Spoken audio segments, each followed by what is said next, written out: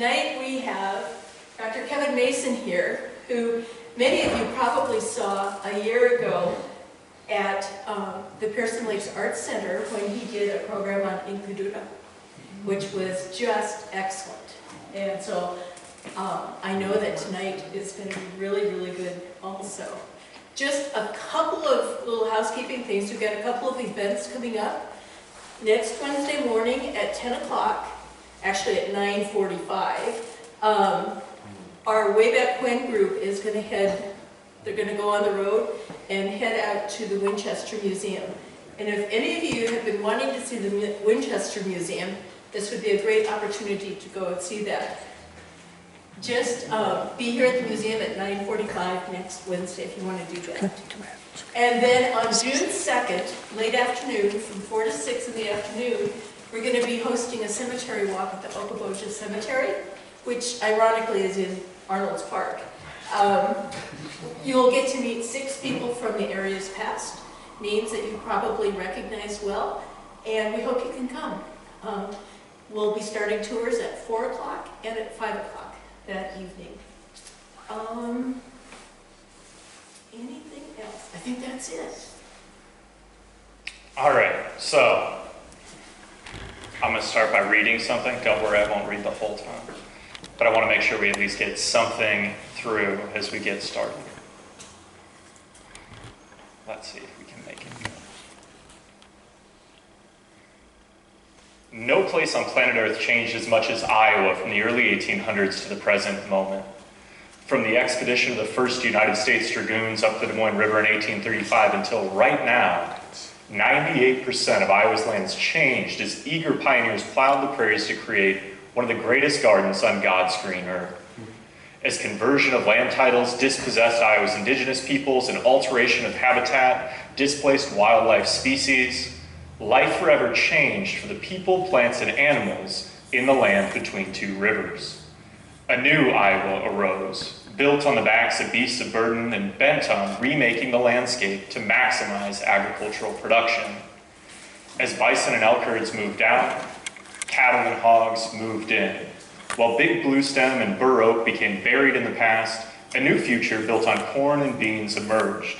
Ditching and draining, tilling and tiling, fence rows and freight trains all helped to remake Iowa's environment. People also played a part in the production. Emigrants and immigrants took up the call of the age to go west and grow up with the country. First-generation individuals from across the Atlantic arrived, hoping to improve their lot in an ever-shifting agricultural economy. The stories of immigrants helped illuminate the indigenous, military, population, environmental frontiers, opening Iowa to settlement. In 2021, I set out to see if I could see some of the changes that took place in Iowa slowly over the course of 3 months. In 3 stints and 21 days, I moved from first Fort Des Moines Montrose on the Mississippi River near Keokuk, up through Des Moines and to Spirit Lake. How far to Croton? I asked the horse. How far to Spirit Lake? And I was standing in the rain. It's probably about 18 miles from the Mississippi River, leaning on a fence post, talking to a horse. And I knew somewhere up the road, my wife was sitting in the car waiting to tell me, I told you so. The horse didn't have any answers. And I found myself kind of out there, pursuing a crazy idea, and not really sure why, as it was starting to happen. So, sometime a few years prior to my decision to walk across the state of Iowa, I was sitting in my sister's garage with her boyfriend at the time, having a few beverages during the Iowa State Fair, and he told me there's this book you gotta read. It's by this guy, Albert Miller Lee. And it's called Notes on the Wisconsin Territory. And he kind of told me about it. He goes, it's just this incredible picture. And he was a teacher for a long time, still is a teacher. I taught actually high school at Okoboji fairly recently. But prior to that, he had been in Des Moines teaching middle school, and he goes, it's just you'll really find this interesting. It's about the Dragoons. And my initial response was, like the road signs? And maybe if you've been down through Fort Dodge, or crawled your way through Des Moines, or you find yourself anywhere along the Des Moines River between Lake Red Rock, where I grew up in Pella, and up through Fort Dodge or Humboldt, you'll see these signs everywhere. They'll say north route, south route, alternate route. Some of them are in better shape than others, and they all feature kind of this strange looking guy, and I'm going to do this the whole time. This laser has gone out on this laser pointer, but I'm going to pretend it works. On the far side, you can see I stole that from the DOT and plastered that on there. We see an interesting guy. Fortunately, we do have a handmade Dragoon hat that you could maybe ask nicely to see up close later. I'd also seen Dragoons in a couple of other places, one being this mosaic, which is in the parking lot of what I think of as Sec Taylor Stadium, where the Iowa Cubs play in downtown Des Moines, by a moved, reconstructed log cabin that above the door says birthplace of Des Moines. An artist now living in Iowa, originally from Germany, named Hildy de Brunier, made this incredible mosaic of early Iowa that's just there on a wall in the parking lot. You'd never see it if you were driving down MLK, because it's on the opposite side of the wall for whatever reason. But Brian and I started talking about this, and it kind of became a running joke. Like, we should follow the Dragoons across Iowa. And as time kind of passed, I started to think more and more about this idea. I read a book by Rinker Buck, which is about the Oregon Trail, and he was talking about how him and his brother hopped in a covered wagon and redid the Oregon Trail. And in there he started to talk about See America Slowly, which was a kind of tourist movement during the 1960s, 1970s. And he wrote that in big letters on the back of this covered wagon as they tried to reconstruct the Oregon Trail and do the entire thing. I read a couple of other books, one by an Iowan named Dayton Duncan called Out West, where he followed Lewis and Clark. And Lewis and Clark was one of my first history loves. I don't know if you guys are here, it's beautiful outside, you could be fishing, you must like history. Yeah. Yeah, you think back to what was kind of your first thing.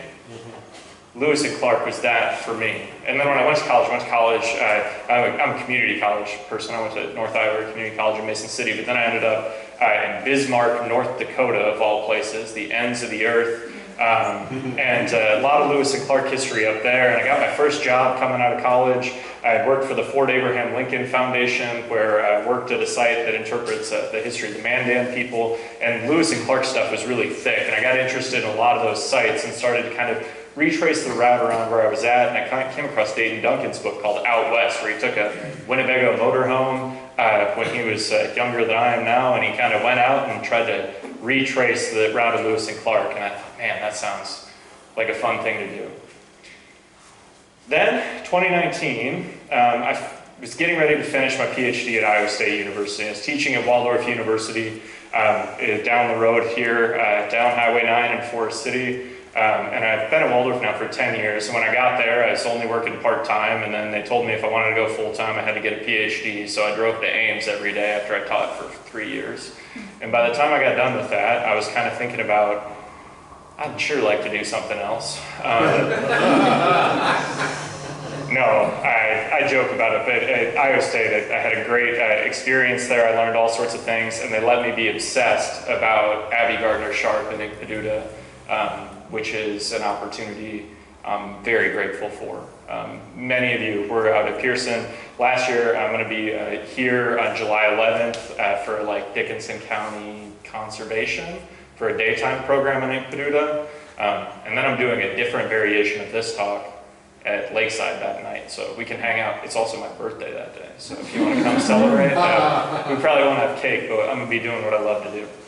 Anyway, I've digressed far enough. So the Dragoons. We see these guys popping up. We see them on these signs, and I go and pick up this book, because when people recommend me books, I like to read them, and I start kind of going through it, and I just think, wow, what a record in 1835, these guys, Albert Miller Lee and Stephen Kearny and Nathan Boone, whose dad is a lot more famous, but Nathan's way more interesting, set out across what was kind of the edge of America at the time. And a lot of them wrote down what they saw, whether it's in letters that they then sent back or in reports. Kearny is tough, because Kearny, like, on his first expedition in Iowa during 1820, you could tell he was excited to be there. And he's like writing out these long things that are typical of the 1800s. And by the time he goes and leads the expedition in 1835, he's like, it rained today. Very, very taciturn, which seems like it represents his personality. Lee kind of takes the other approach in his book. He is definitely speculating. I always think about like boosterism is a thing in Iowa. Like we all like to build up our towns, and maybe that's because I live in Mason City where we think about the Music Man way too much, or I don't know if you've ever been to Dutch people Disneyland in Pella where I grew up, that like they sell their town to people. Albert Lee certainly had that to his book as well, where it's like he's writing these just incredibly verbose descriptions of the rolling plains and prairies and how much economic potential there are and how people should be trying to move here. He doesn't mention that he's like also like on the slide speculating in a bunch of lands that he's trying to sell people in this book that comes out. But I read through the book and I found it really interesting. I studied rural and environmental history at Iowa State. I've always cared about our history here. And I want to continue to learn more about that because I plan to just live here. And I don't know, I think we should be the people to tell our stories a lot of the time. And as I went through his book and I was finishing up my PhD in rural and environmental history, I kind of decided, I'm going to do it. Now, I didn't tell anybody at first. I just started joking about it more, is what my wife would say if we like called her. She would go, in the fall of 2020, I started to just joke about walking the Dragoon Trail. But by Christmas, she had figured out that I was no longer joking and that it wasn't funny. And it was an interesting moment, you know. I start to get the stuff ready, and then I was doing a talk for the State Historical Society during the pandemic is also going on with this. And that's one of the other things about this, like, I don't know if the pandemic never happens, if I don't decide, like, it's a good idea to leave my house and just walk across the state for 21 days because I'm tired of being inside. But I was giving a talk on Zoom or whatever for the State Historical Society, and at the end, somebody kind of asked me, well, what are you going to do next? And I said, well, I think I'm going to walk across Iowa to follow the Dragoon Trail. And then it became kind of real because my friend Rick Brewer, who's a producer at Iowa Public Radio, he called me then later in the day and he goes, hey, you want to come on Friday and talk about your plan? I was like, oh no. I'm in. And part of that was like, I wanted to start connecting with Iowans around history in different ways. I'm so tired of people telling me people don't care about history, people aren't interested in history, and I wanted to kind of call their bluff in the same way we've done that, where like people told me when I first got to Waldorf, people don't study history anymore. We've gone from 4 students in our program to 37 students in our program this year. We're growing and they're getting jobs and they're going out and like really caring about our past and doing that in a meaningful way. And I think that's true otherwise. I also think like history, academic history, and like, I don't know who's watching online says the real risk. I think it's kind of broken. Like, I went and I'm very grateful for the like skills I got in archival research and writing and all those other kind of things. And like, it was very valuable training. But I was also trained to like write stuff that only very few people are going to read. And it's good. Like, I can show you the awards. Like, I can do that really, really well. But it's like, then I'll go to my parents' house and I'll open up like an article I wrote and I'll find the bookmark on page 5. Like, huh. And I know my folks are interested in what I'm talking about. They'll talk to me about it on end. But I started thinking about like, I want to make stuff for people that can meet them where they're at. And so to do that with this project, I knew I needed to gain some new skills. So like a few of the other just things to get out of the way before we kind of move into a few different stories about kind of the trip itself. I decided I was going to walk I wasn't gonna like through hike this. I wasn't gonna like get a backpack and not have any support and just do it like some kind of death march across Iowa. I had a support vehicle the entire time. I begged my wife, who came at the beginning, I think largely to drive me home when I decided to give up. And then eventually my brother was there for a middle part, which we'll talk about a little bit later, and then my folks ended up finishing it out with me. I decided I was going to try to reconstruct the route as best as possible. One of the things is the Dragoons, which we can see Albert Lee's map here at the top, which I know there's no way you can see this, but you could pick up on, the Des Moines River. It's the big one, cutting the state in half. If you look directly above that is the Skunk River. The Dragoons on their way out left Montrose, 3 companies. They are really moving slow. It rained the first day, and they were trailing a herd of cattle and some hogs behind them, so they make sure they didn't starve. This year before, Kearney and his expedition went out west, and let's just say it didn't go the best. So they tried to make some adjustments. They're double ration posts, and they're getting ready to head out into the field, and they start making their way on kind of the ridge between the Skunk River and the Des Moines River on their way out. When their orders come through in the spring of 1835, Kearney is excited to get out of Montrose. They had shown up in the fall, and he writes letters all winter that, like, for somebody that didn't usually go too in-depth about stuff, he did not think that the fort at Montrose was well prepared when they arrived. There's no officers' quarters, there were no barracks for the men, there were no stables for the horses, and so he set the initial 70 some odd men to work building those things, which many of them didn't appreciate either because they had not signed up for that, but it had to get done.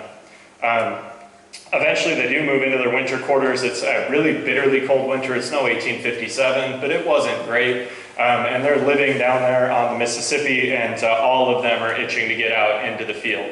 They have among the highest desertion rates in the American military during that time period from the fort at Montrose. And by spring, they're ready to get going, and they get stuck in the mud.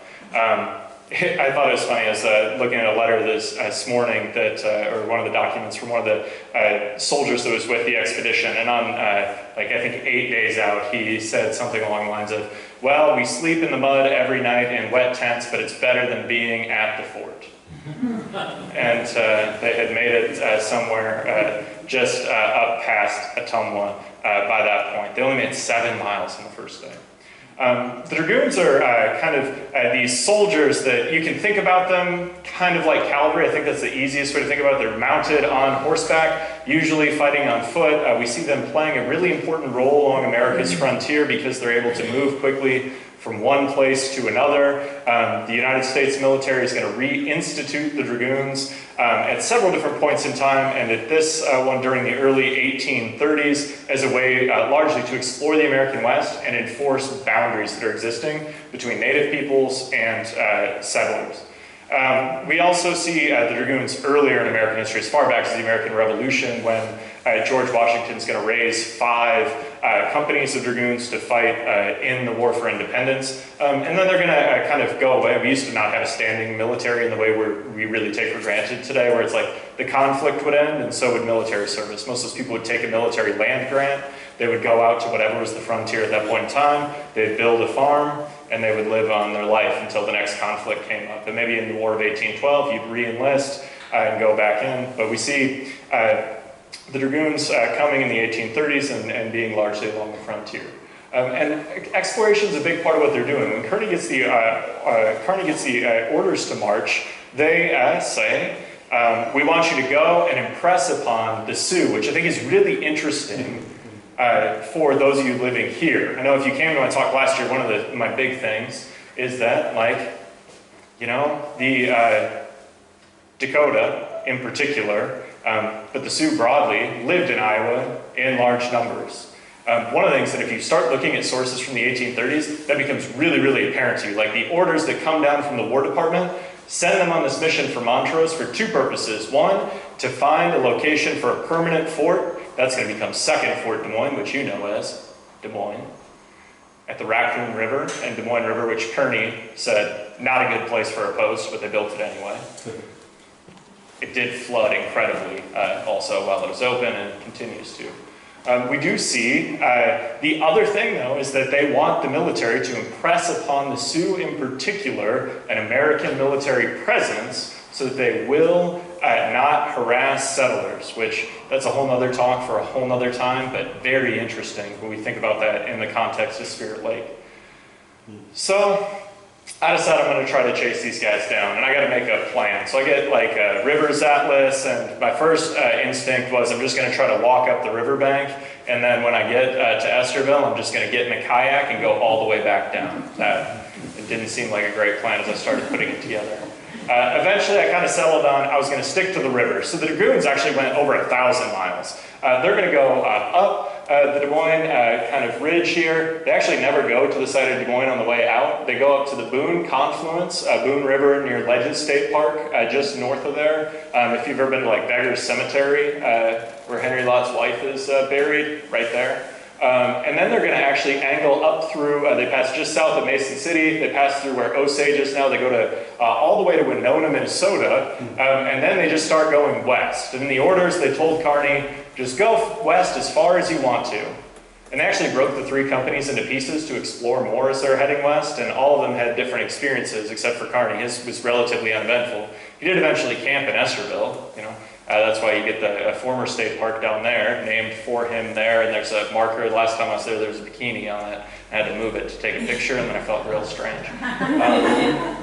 But Boone is actually going to skirmish with his group with the Dakota in North Iowa on their way back. And then Albert Lee is going to get real lost, and he eventually runs into this giant lake. And I think in one of the greatest jokes of all time, they name it after him. And now he's got a town named after him in Albert Lee, Minnesota, which is for where he was super lost and couldn't find his way to the Des Moines River. So I decided, what's a practical thing to do if I'm trying to do this? What's most important to me? I wanted to see what Iowa looked like in 2021 versus the records they left behind in 1835. If this incredible change has happened, 98% of our land surface changed, what can I see that looks different than what they saw when they went out? And so I went like, to do that, I don't got to be like in the exact footprints, and there's no way to do it, because the DOT auto route founded in the 1920s runs from Fort Dodge to Lake Red Rock, then turns around and goes back up. It doesn't even cover their full route. It doesn't even attempt to. Maybe someday it will if I get my way. But I decided I was just going to follow the river as closely as possible and on as many gravel roads, while also maybe hitting some different points of interest along the way. I left the river for two main reasons. One, I left to go to Agency, Iowa, which is it was hit by a tornado in 2005, but it's also the burial site of Chief Wapello, is the site of the major Indian agency for the Sauk and Fox during their move west across the state after the Black Hawk War. I also came here because the Dragoons never came to Spirit Lake, at least not in 1835. They went up, they caught the Des Moines River's West Fork and passed down through Esterville, but I had to be here anyway. So I decided, what's another 20 miles when you've already done 350? Plus I love Spirit Lake, and our state archaeologist, John Borshuk, was digging over at Minniwaukon, and he said like, hey, you want to come over here and check out the things I'm digging up out of the ground? And like every historian that wants to be an archaeologist, I was like, I'll be there.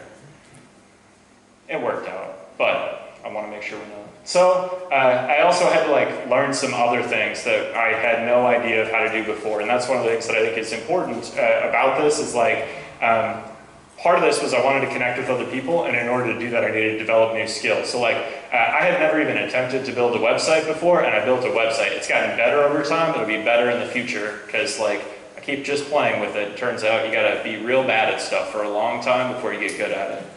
Same thing is, like, as I went up the river, I knew I wanted to like capture this in different ways, and I was like, oh, I'll make some videos, which I had never edited videos. I didn't even own a camera.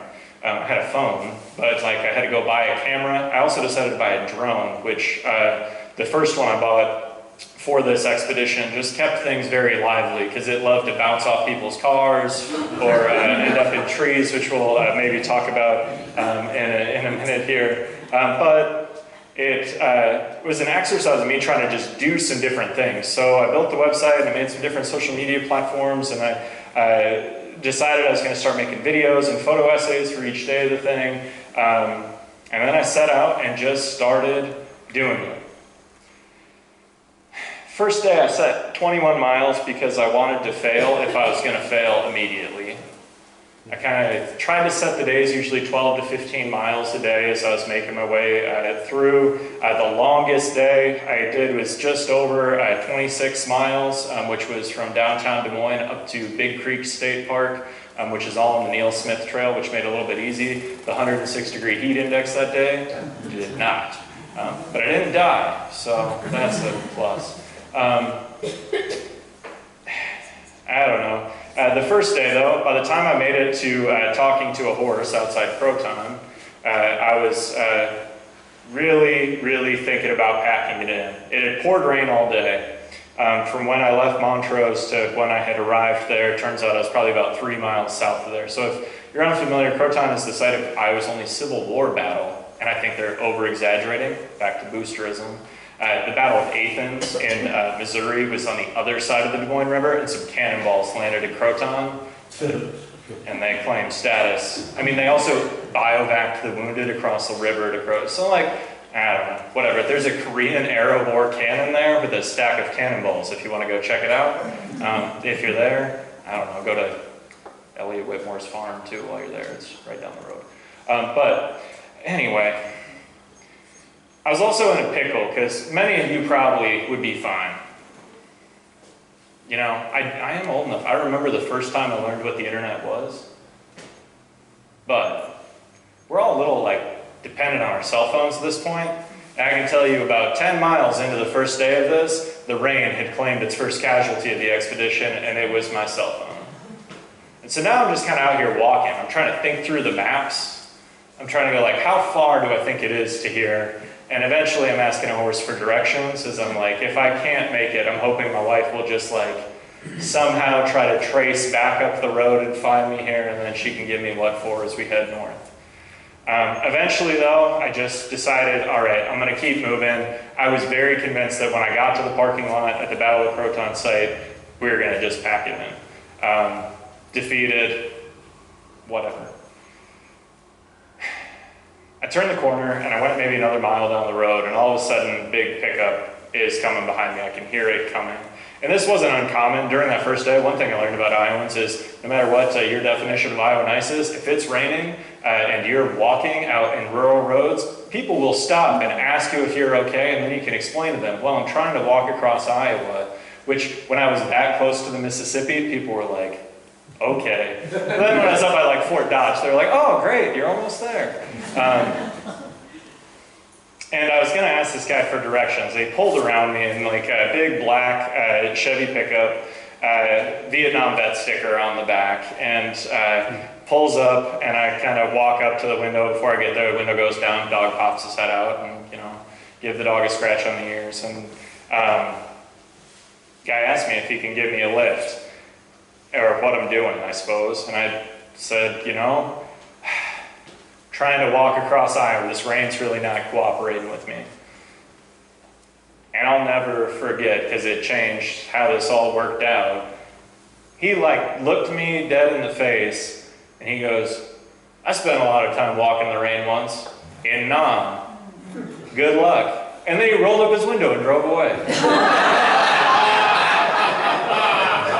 I didn't even get to ask him how far to Croton, but I was ready to make it. You know, I felt like, and that was one of the things that, like, whether it's the Dragoons who were making 7 miles on their first day, I thought about that a lot that first day.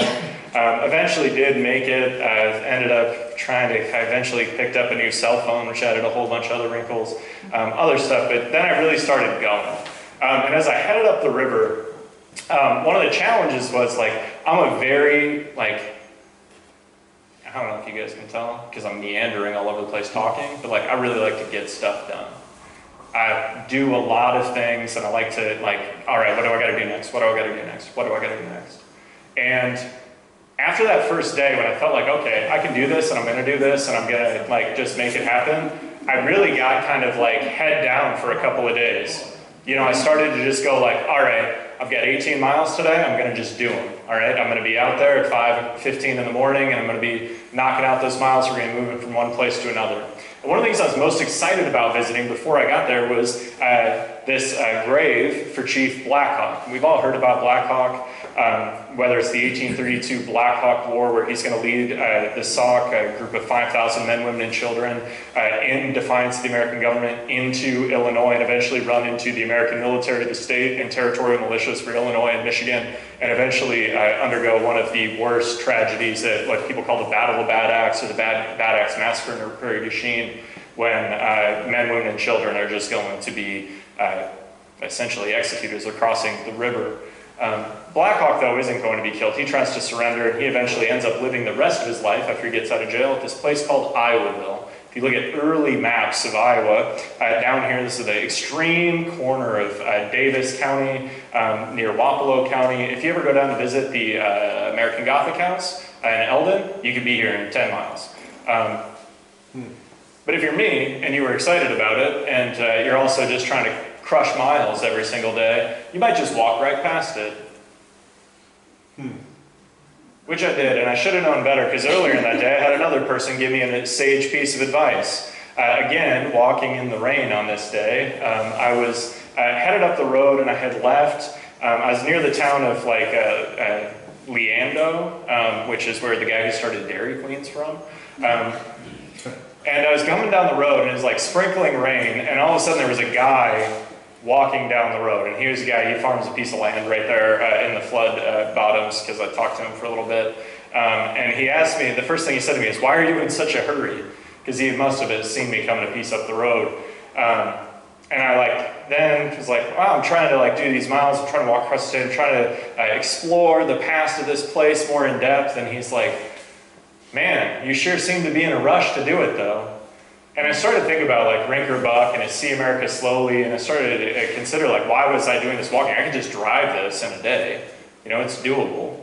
And it was interesting because that got me to think about slowing down. And then later in the day when I walked right past Iowaville, I also had a good reason. This is just outside Selma, Iowa, which used to be called Stumptown, and 4 other things.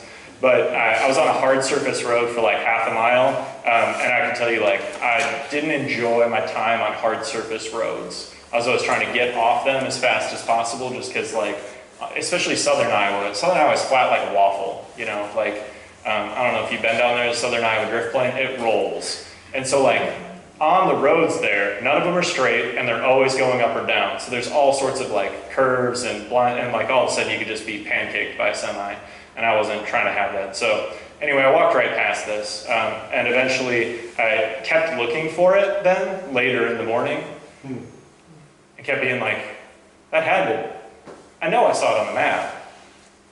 And then eventually I made it all the way to Eldon, and I'm standing outside the American Gothic House, leaning on in my car, trying to look up where I missed it, and I figured it out and ended up going back there. Blackhawk's not buried there, fun fact. Blackhawk actually, well, Russ Fry, who's down in Burlington, he'll tell you he knows. I'm going to tell you I don't know, because I'm not that smart. They stole Blackhawk's body after he died, and they knew this was a real thing, that could potentially happen. He was very famous. People during that time period were collecting skeletons for all sorts of things, especially skeletons of leaders, especially skeletons of native leaders who passed away. They posted a couple of guards to guard his body for the first week, and they figured the danger had passed. This local doctor named Turner came and stole his body. Eventually sent it to get the bones cleaned, put it on display in a shop window at one point in time before the Iowa territorial governor got involved after Blackhawk's sons contacted him and be like, "Hey, this guy stole our dad's body." From there it gets really murky because nobody knows exactly what happened. Blackhawk's body either went to a doctor in Burlington who eventually gifted it to the Burlington Genealogical Society, a place like this, where they then burned down, and his body would have been lost in the fire. Or this doctor gave it to another doctor, who then put it under the stairs in his house when he moved to California. Then somebody else found it and gave it to the Aspen Grove Cemetery in Burlington, and that's where it's buried. Which I like to think that that's the true story, that was Blackhawk's bones under that guy's stairs, because if not, whose? But kind of an interesting moment. This is a very beautiful, old cemetery. It's one of the things that we, as a North Iowan or somebody that has spent a lot of my life up here, we're like, the stuff that's old here is not old there. I was down giving a talk in Fairfield last week, and the guy was talking about how their farm's been in their family since like the early 1830s. Like, man, you just got a 20-year jump on anybody in our part of the state. That's kind of an interesting thing. All right, so I continued up the river. I don't know, we're gonna run out of time eventually, and I've just got some different stories that can tell you about this. You can read about all this stuff on the website. There's literally once for every day. I have 80,000 words too many in this book right now, but by the time it comes out next year, it'll have 80,000 less words, or the publisher won't take it. This is where I was going on the first part. This is what you call the Horns Ferry Half Bridge. It collapsed into the Des Moines River in the middle of the night in 1991, which woke up everybody in Pella and Knoxville several miles away, because eventually the river took it. If you've ever been down to Iowa's largest lake, as they call it, this is just below the gates of Lake Red Rock, which you can see in the distance, the 4 giant 40-foot tall tainter gates. This is where my friends and I used to go smoke cigarettes in high school and hide from our parents because our cell phones didn't work there. I'm not saying we smoked a lot of cigarettes or that we inhaled, but we would go there because it was out of the way. Horns Ferry Half Bridge, though, I was really excited to get there, not only because like there's always something about going to places that you love and they're a part of your story. You know, it's like I went and sat on the dock earlier, Minniwaukon earlier today, and it's like I know for the rest of my life I'll be going there and sitting on that dock and thinking about just how time passes and some of those things. And I was so excited to make it here because I was very convinced that in the same way that if I could make it through the first day, if I could make it to the end of the first stint, like the first 7 days, I was going to close the distance between essentially Keokuk up to Pella through the Lake Red Rock area. I was like, if I can make it to the Horns Ferry Half Bridge, it'll be a piece of cake after that. The rest should be really easy. And I made it. I was so excited. You guys read your history, folks, so I assume you read. Maybe you read W.P. Kinsella's Shoeless Joe book. They turned it into a movie a lot of people have seen, but the book's better, but people always say that. In that book, he wrote one of my favorite things that anybody's ever written, and I'm a shameless homer if you can't tell, but he wrote, there comes a time when all of the cosmic tumblers have clicked into place, all the universe opens itself up for a few seconds to show you what is possible. And I had one of those moments on this bridge. Not because I made it. I had been so excited about it. You look forward to stuff, and usually it's like Bobby Bowden, he used to coach football at Florida State. He always said, I've been to the mountaintop, ain't nothing there. You guys ever had those moments in life where you like get to the end? I had this at graduation a couple weeks ago. One of the students go, I thought I would feel different. You're like, I know, that's one of the tough things. I could say like I got to this bridge, I didn't feel different, but I walked out on it. You can't see this because I took this with the drone. Well, maybe you can. Right here there's a bench. You see this bench? It didn't used to be there. It's a new bench. And I walked out there and I was going to take a moment, you know, sit down on the bench, and I turned and I looked at the bench and I read the inscription on the bench. It says, in loving memory of Chuck and Bernice Vanderpleeg. Which means nothing to you, but meant a great deal to me, as like they were kind of my adoptive grandparents growing up in Pelham.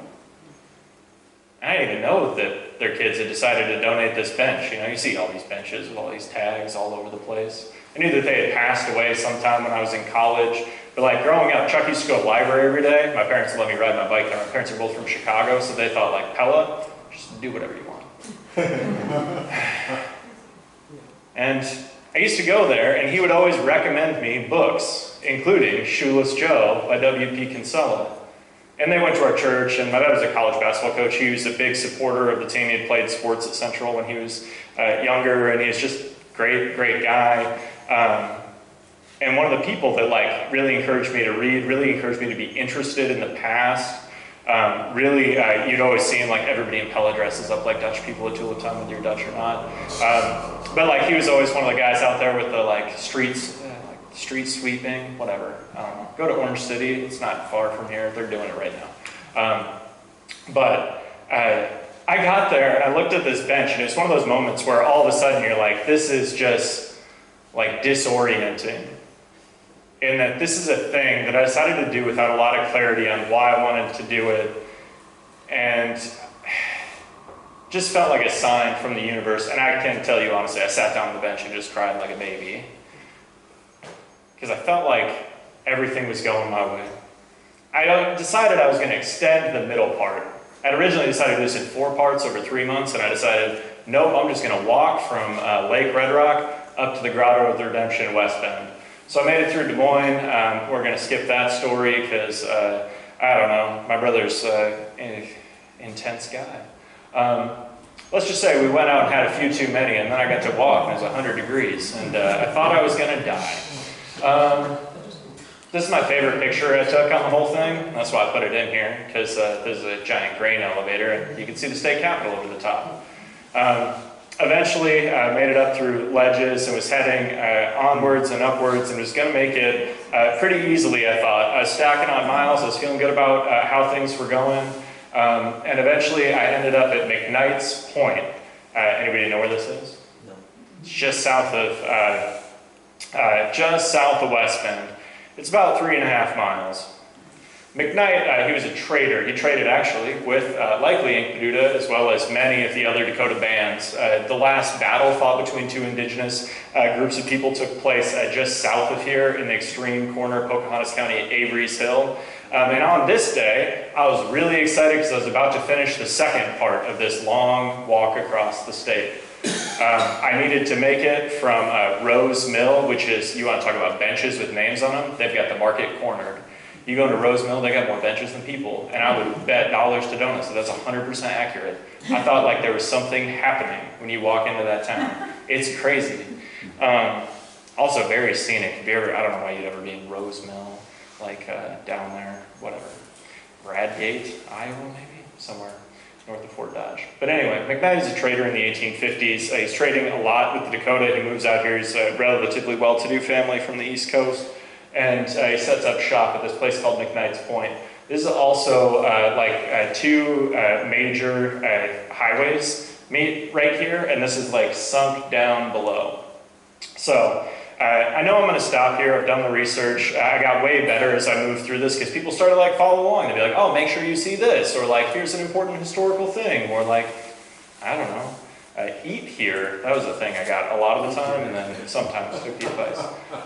But, you know, I like to let people be a part of it. My goal with this was to connect with more people, and that undoubtedly happened. So I was like, all right, well, I got to get up through McKnight's Point. I'm eventually going to make it to the Grotto of the Redemption in West Bend. That's my hope, and then I'm going to end the second part. I looked at the forecast, and this was in June, so not too far from where we're at now. I assume most of you have lived here long enough to understand that, like, you know, sometimes in the summer we're going to get weather, but you don't know for what, 25 minutes, and it's going to be real bad for those 25 minutes. But the rest of the day is going to be pretty nice. And I kept looking at the forecast and trying to figure out what was going to happen, and was getting ready to head out, and left Rose Mill early in the morning, and I made the first mistake of the day. I decided I needed to go see Avery's Hill. Usually, one of the things I would do is I'd walk, usually starting about 5:30 in the morning, and then I would knock out those 15 or so miles pretty early, usually by noon, kept the heat off. Allowed me then also, because we had a car along, to like go check out any other sites. But this day, I knew that once I got to West Bend, I was going to want to get in the car and go home.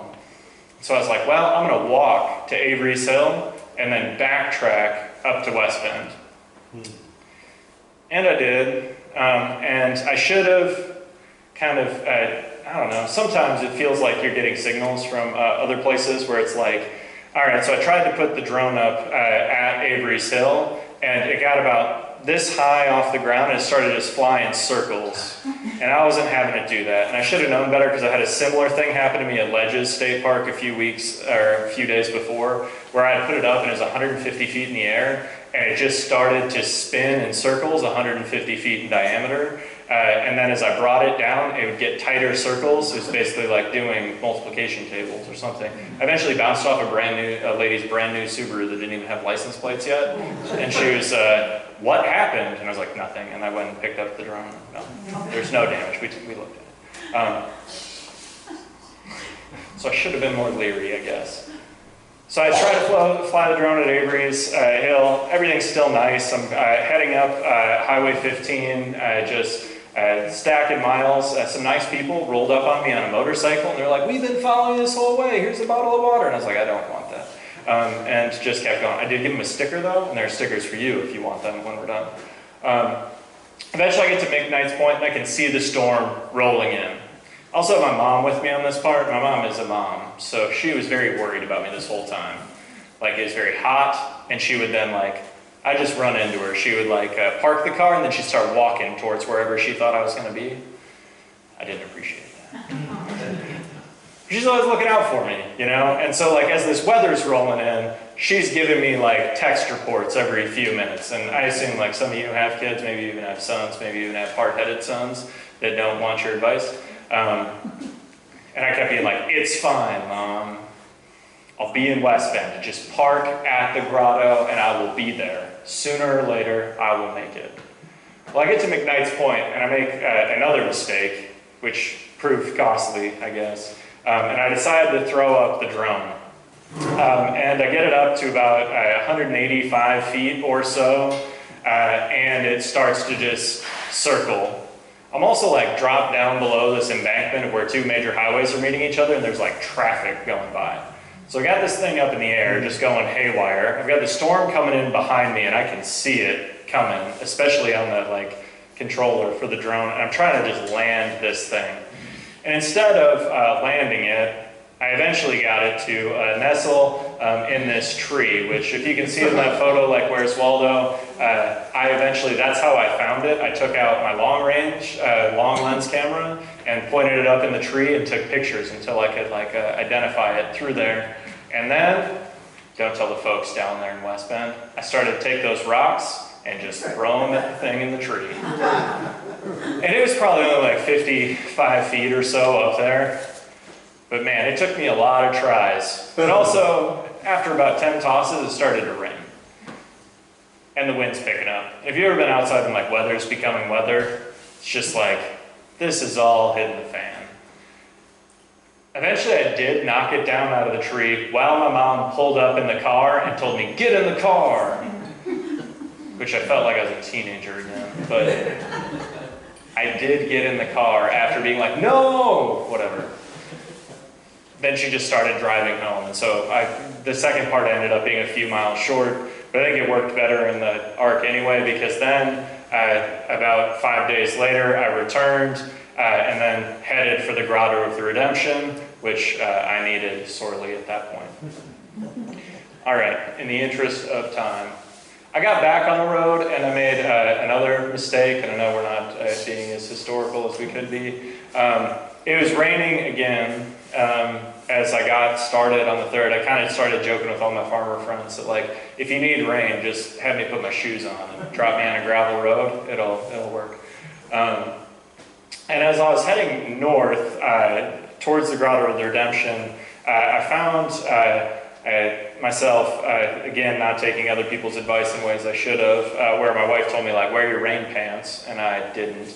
And then I destroyed my feet with 4 days to go to Spirit Lake, right down by West Bend. I'm talking about I hadn't had any issues, and all of a sudden I had 6 to 8 inch long blisters that were 3 or 4 inches wide on the insides of both my feet, and I'm trying to just make it. It became a real mental toughness contest at that point. I put this slide together just so I could tell you that I saw more elk than I saw pigs on a walk across Iowa in 2021, which is wild to think about. Especially if you grew up, even when I was a kid, there were still A-frames, and hogs on hills and some of those pasture lands. I know the 90s were tough with hog prices, and it completely changed with Iowa farms and some of that stuff. These are at Jester Park. I took this with the new drone, but also wild roses. I saw this in the ditch right outside Kasuth, and why I put it on here was his outside hog confinement, so I just could smell it, and I was I'll just look at the flowers. A couple of things. I told you we'd have 2 charts. So one of the things that stood out to me, and I guess maybe that's where we should kind of go with this, because I've just been telling meandering stories about this stuff. Iowa's changed a lot. Not only is it I was talking to the guy at a Spencer radio station yesterday morning, and he was it's so cool to go stand in the place where history's happened. And he kind of caught me off guard, and I had to go well, it's unrecognizable at this point. Like, I always think about it when I'm at Pilot Knob. If you've ever been over to Pilot Knob State Park outside Forest City, one of our great state parks, they have a 30-foot tall tower there on top of what they call the second highest point in Iowa, which means they've never been to the Les Hills. But it's also supposed to be a 40-foot tower, but winter started and they just quit building it because the Civilian Conservation Corps had other things to do. Anyway, if you go up there and you look at it, you see this perfect patchwork quilt, right? I mean, like, we're the drain tile capital of the world. Like, Mason City, Iowa, in 1910, we shipped more cement freight tonnage and more drain tile than anywhere else in the entire world as we lowered Iowa's water table 4 feet, right? I could see it today when I was driving over here on 9. You know, you can see where the prairie potholes trying to like make a comeback. It's like, ooh, man, that tile's not working great. One of the things that I think is interesting that I've been exploring is, I'm not going to belabor this stuff because we're moving in, we can just move and have some questions here, whatever.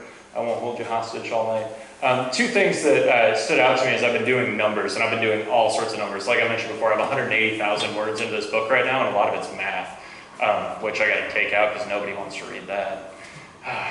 But I think it's important to put things in kind of context where we can see, like, one of the things that's changed is like the farms and acres is at the top, where it's like the land and farms, we're going to be pretty much settled in the United States in terms of agriculture by the early 1900s. That hasn't changed a whole lot. We're farming the same number of acres across the country.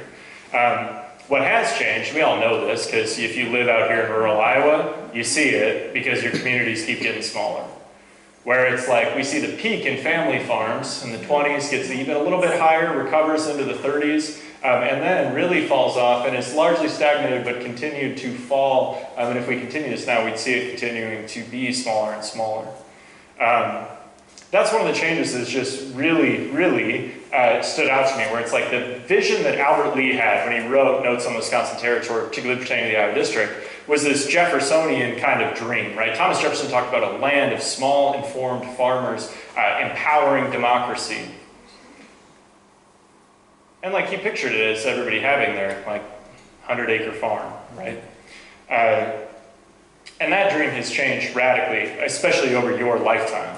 Like I think about, I was doing some of the numbers just for Winnebago County because I live there. We lost like 90% of just our edge habitat in Winnebago County between fields since 1970. Because people are taking fences out because they don't need the pasture because they're planting corn and soybeans. And that's radically reducing the amount of, not just habitat, and I'm not even here to say like that's a good or bad thing. I got friends that farm 10,000 acres. I don't know, they're trying to make a living, same as I am, in a very different way.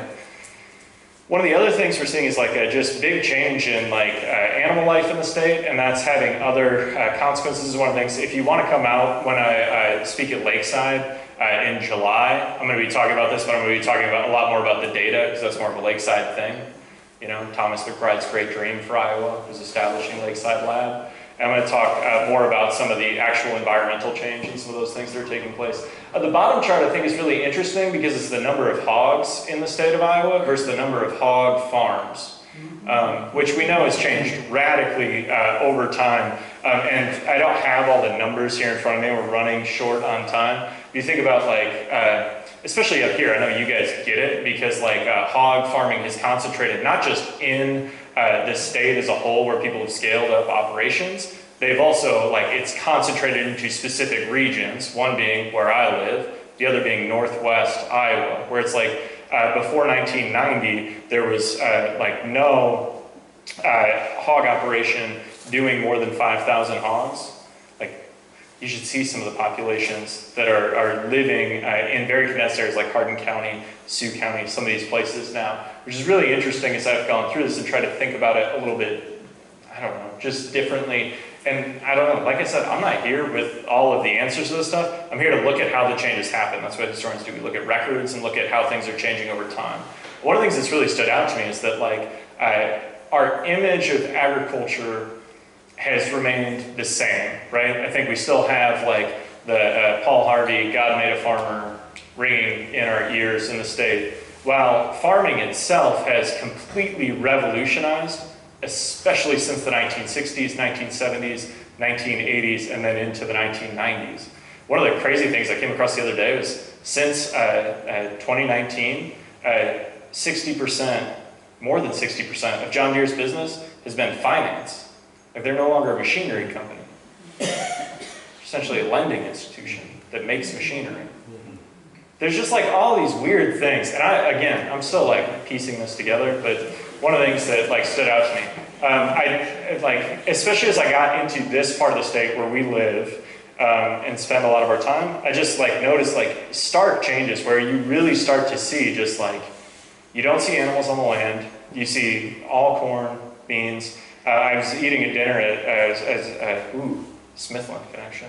I was in Cheryl Tevis's house. Her ancestors were at Smithland, actually in the militia. And her husband, Stan, showed up to dinner late and he said, sorry, I was doing hay. And he is like, I don't know if you know small town farmer guys. He's a guy that like does hay on like 12 different parcels of land, like every abandoned lot in town he's haying in Pilot Mound, Iowa. Stan's the best. We were sitting there talking about some of these changes, and he was talking about how, well, just nobody does hay anymore in this way. But he likes to do it in that way, and I think that that's a cool, admirable thing. Anyway, we can talk about more of that stuff. Eventually I made it. I don't know. Made it to Minniwaukon. Walked out on there, made it a special place in life. It was a fun thing. I feel like I got to know Iowa a little bit better. And really, it was the beginning of something completely different for me, where I came out of this and I kind of like, again, you feel like you're going to go through something and get to the end and go like, I've made it. And I got to the end and just went like, I want to do more stuff. I want to learn more stuff. I want to continue to explore the past of this place and write it on my hands through the work and move in a direction where I can really, really understand this place in different ways by building the type of encyclopedic knowledge over time. And so as I came out of this, I made it to Spirit Lake, and as my wife will say, that then I came up with new things to do. So the last 2 summers, because I built Notes on Iowa in an intentional way, I nodded to Albert Lee with it, in that his was Notes on Wisconsin Territory. I started Notes on Iowa, which grew in ways I never anticipated or imagined, to, I don't know, become all sorts of other things. Like, for instance, I decided I was just going to start writing 4 paragraphs about Iowa history every day, because that made sense to me. You know, that's a hammer you can swing. And I went like, all right, I'm just going to go and I'm going to wake up and the first thing I'm going to do is I'm going to write about Iowa history every day. Something that happened on that day. Like on this day in 1933, Pella hosted the first Tulip Time. Or like Merv Croker, who played for Iowa State and then the Buffalo Bills. He was born in Jefferson on this day. And I just started to do that every single day. I've been doing it for like 2 years. I meant to do it for a month, but then it was like too useful to me. And also like too much fun getting to know and talk to other people. Like, I don't know. I was talking to U.S. Poet Laureate Ted Kuzer on the phone yesterday about his high school car club. Because he's like, where'd you find those newspaper articles about me? It's like the Ames newspaper. And I showed him how to do it. I don't know, his way to connect with people, I still do that every day. You can do it on the website. If you use social media, you can find it on any of them, even now TikTok. I don't get TikTok. But, I don't know, I do that. I went and filmed at 115 state parks and preserves because I heard another cool stat about Iowa and wanted to keep getting better at doing film and narrating, scripting, editing, and flying drone stuff. And so I found out Iowa's 48th in the country in public lands, and I wanted to see what we chose to save. Turns out some pretty cool stuff. And so I spent the last 2 summers filming those in every nook and cranny of Iowa, and then for 99 weeks in a row, I put out 5 to 7 minute long videos in the individual histories of state parks, including all of your Spirit Lake ones, even Lower Gar, which, let me tell you, that was hard to make a 5-minute video out of that. Not a lot of history there. It's like, oh, they decided people needed boat access. Anyway, that's kind of what I have for you. I'll take a few questions if you want. Yeah? I don't know. See, I should have made an ending video. Then we'd know when it was over, right? And that's usually what I'll do. While we're doing questions, I'll just run this in the background too, and you can see some of the stuff from it. This will be in chronological order-ish. Any questions? Did you say we're 48th in public lands? Yeah, there's a lot of different ways to calculate that, right? But we are beating Kansas and Rhode Island for sure, right? You could make a more generous, like, and say some listings will have us 46, some will have us 47, some will have us 48.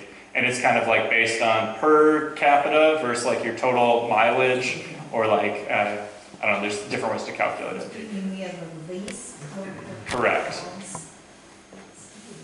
We're not doing great. But we have saved some cool stuff, as you know here, because like Gull Point. I mean, you guys actually, maybe up here, you guys have it the best from a public lands perspective, because your county in Dickinson County is very strong from a public lands perspective. People have been all the way since Thomas McBride, who's one of our most important early conservationists in the state, identified the Iowa Great Lakes as something worth saving, and then like really set the wheels in motion earlier than anywhere else. And then also, I mean, it shouldn't be lost on you that like Spirit Lake Protective Association, you guys have groups here that have worked incredibly hard to take care of what you got. And I think there's something to that. It's one of the reasons why I love this community is you guys like, and why I come here in May. I mean, I'll be back in July, but I like to talk to the people that are from here. You know, summer people. Rather talk to the actual people. Are we improving in this? Are we No, getting better? we're not. We do, like, we've gained some public land, so you guys have our newest state park, right, Eleanor Bedell. But that's still the most recent state park we've added to the system, and like, if we start doing the math, I know time goes faster and faster the further we get into it, but it's like, that was a while ago now, it's almost 20 years ago. And we haven't added to the public land system since then.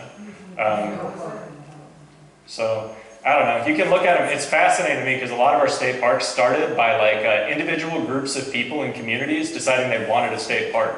Like in Forest City, during the Great Depression, a bunch of people donated $25 to buy Pilot Knob State Park and then gave it to the state. We see that play out probably in a dozen of the early state parks during that era. Again, if state park stuff is interesting to you, I've posted the scripts for them, which are imperfect because I just post the scripts on the website under Iowa State Parks. There's videos for 99 of them. We only have 82 state parks, but there were other things I wanted to put in there. And I had a hard time determining what was a state park, which is a whole nother thing. Like, some used to be state parks, right? Like Acamon-Peden. Like, hey, is that a state park? It shows up on the DNR brochure, but if you read about it, maybe not. What about Templar? What about, I don't know, anyway. Other questions? How many pairs of shoes did you go through? Just one. I had a really good colleague, Dr. Missy Reynolds, who's exercise science professor at Waldorf, who she's tougher than I'll ever hope to be. She runs like what are called ultra marathons. Oh, okay. And I don't know. I know I'm not the smartest person in the world. I'm a community college kid, and I just like am trying to figure it out. And so like I'm always willing to go like, hey, you seem like the person that would know. So she pointed me towards these like shoes that were both waterproof, and then they have like what's called an extended toe box. I never do any of this stuff. And so like your foot splays out more, and that's how I like had no foot problems until I was just dumb and let it rain into my shoes all day at the end. And so I only went through one. They actually lasted me all the way into the next summer. I mean, I didn't wear them all the time, but I wore them like walking the dog and stuff. And then I put a hole in them finally, which I think was a puncture actually. And then I bought the same shoes again because they were good and I like to wear them for that. Yeah. Is it true we just have one federal park at Minniwaukon National Wildlife Refuge? So we have a few different pieces of federal land. Neil Smith National Wildlife Refuge, which almost was an atomic energy plant down by Des Moines, but that's what they tried to build there, and then when they couldn't get approval for it, they decided to turn it into our largest prairie refuge.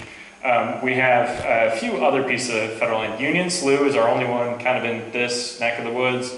There's DeSoto National Wildlife Refuge down by Council Bluffs. On the opposite side, there's Port Louisa, which is adjacent to Lake Odessa by Muscatine. I don't know, you can go to the original Maid Right and stop in and do that. And then Effigy Mounds. We've had two other moments where like federal lands almost became awesome things in Iowa. During the Great Depression, they came up with this scheme called the Hawkeye National Forest. where they were going to build a massive national forest stretching across the southern Iowa counties that nobody could farm successfully without incredible erosion problems. And they started buying land for it, which is now 2 state forests, the Shimmick State Forest, which is about 5,000 acres, and then the Stevens State Forest, which is 6 massive units spread through central southern Iowa. And also some of the lands that were bought with the monies when they did abandon that plan also went into the Yellow River State Forest up by like McGregor, Pikes Peak, that kind of stuff. And one other question, we talk about parks. Is that county parks, state parks, federal parks, or is it just one kind of park, or is it? No, just public lands. It's So. all public, okay. And not even just parks, like public lands also includes like road right-of-ways, surface waters. There's, other things that go into that as well. It's just, and that's where it's like, you start drawing the differences, because we did like reinvest starting in the 1950s, a lot of our lands in the county park system. After you guys aren't that far from Lost Island out by Palo Alto County, they sued to get their state park back and turn it into a county park. Again, back to like, what's a state park? Pretty tough to determine, because like them and Silver Lake sued the state government because they said they weren't taking care of their parks and they wanted to move them back. And in both of those examples and several other ones, Swan Lake down by Carroll being another one, where it's like those are incredible parks now that's I think kind of tower above most of the parks in the actual DNR state system because of that local control. But that's a personal opinion. What didn't you find that you expected to see or experience? What didn't I find? Yeah. The hogs thing was one of the things that I saw fewer animals than I ever anticipated. I just figured I would see more animals. Whether it's wildlife, you could, if I gave you 5 guesses, I bet you could hit the animals I saw. I saw white-tailed deer, I saw ringneck pheasants, saw some woodchucks, saw a lot of birds, red-winged blackbirds in particular. A lot of the stuff, it's like, this is a weird moment we live in now, which I begrudge some of you this because you didn't have this in a lot of your life, where it's pretty rare that if you're a very research-oriented person, like I am, and you have the internet at your fingertips and you're looking for an answer, most of the time, we're living experience that we've already looked at. We know what to expect when we get there, and so that's a really interesting question, because it's I felt like I didn't run into much I didn't expect to see. There are things that I didn't really think about beforehand, where it's I didn't count on people being as kind or as interested as they were, where it's whether it's people stopping to ask if I needed help, whether it's one day when this is a different story for another time, but I kicked my brother off the thing and told him I didn't need your help, and I just started walking without any support vehicle one day, and eventually had to phone a friend, and a guy gave me a ride from Ledges 20 some miles back to my car later in that day, and he was just help. And that was one of the things, I think it's really easy in our current moment to give up on other people, but I'm a big believer in people generally, and finding, whether it's finding common ground or any of the other platitudes stuff people talk about. I think at just the most basic level, that was one of the things that I came to really appreciate during this and didn't expect to see in the ways that I saw it, where it's people being supportive, people going out of their way to just be kind, whatever. Anything else? You guys started being held hostage. Is your main job still college professor? Yeah, it's the sickest job in the world. I work for 30 weeks a year for 2 hours a day. No, I'm just... I know, that's wildly inaccurate. I shouldn't give you a false idea of my experience. No, I do teach at Waldorf. I've been there. I just finished my 10th year. At Waldorf, which we love North Iowa, but we're also we really orient in maybe different ways, where it's I love being part of a smaller community, where it's you can have an actual tangible difference. One of the things is you guys here have a lot of different stuff going for you, but I also think Your museum alliance is great. You guys here in the Dickinson County Museum, and I'm not just saying this because I think Mary's great at her job. And I know them all. Yeah, like, I do this all the time. Like in the months that I'm not teaching, is like last week I was on the road for like 4 or 5 of these. And I'm around doing a lot of programs, and I do a lot of things all over the state. And you guys are doing stuff really, really well here in a way that like really empowers your community. And I know that takes a ton of energy because I like live in other communities. But I teach at Waldorf. I teach primarily American history, but we're small, so I teach a little bit of everything. Yeah, and it's great. I don't know. It's an incredible place. I'm not going to give you the admissions recruiting pitch, but like we make historians, and I have a perfect record of getting kids into law school so far. That's 10 years running now, so I'm doing pretty good. And Would like, you summer off or something? yeah, yes and no. Like, so I always felt guilty about that, you know, because it's like, so now I just do stuff. Like usually, like I spend a lot of time, especially in May here, doing school programs and being out, or I pursue research. Like this summer I've set a lot of time aside because I need to finish writing this book, which is actually I need to quit writing this book and start cutting sections out of it, or just really narrowing it down. But yeah, I typically teach on the academic calendar, usually 4 classes at a time at Waldorf. And then we're weird. Waldorf is like 10, 15 years ago, we started building a state-of-the-art online college while everyone else was building like fancy dorms. And so I have an opportunity. I teach all year round at Waldorf online outside of my regular job. Like I'm not required to do that, but I teach constantly online because we have about 600 students on campus and about 2,500 online. So there's always, yeah, by the numbers, we're the 2nd biggest private college in Iowa now.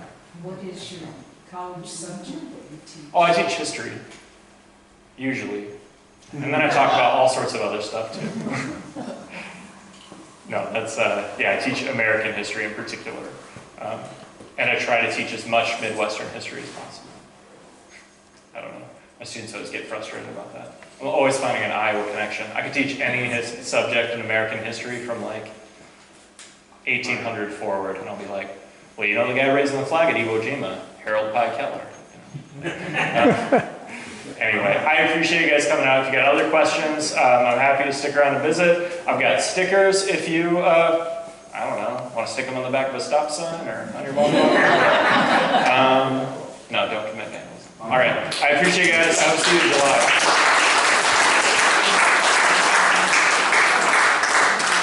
Thank you, Kevin. Yeah, This donate is money to them. Fabulous. I'm going to pass around the proverbial hat box, and your donations help support our programs like this. So thank you for coming tonight, and stay tuned for more stuff, good stuff happening this summer. And thanks again for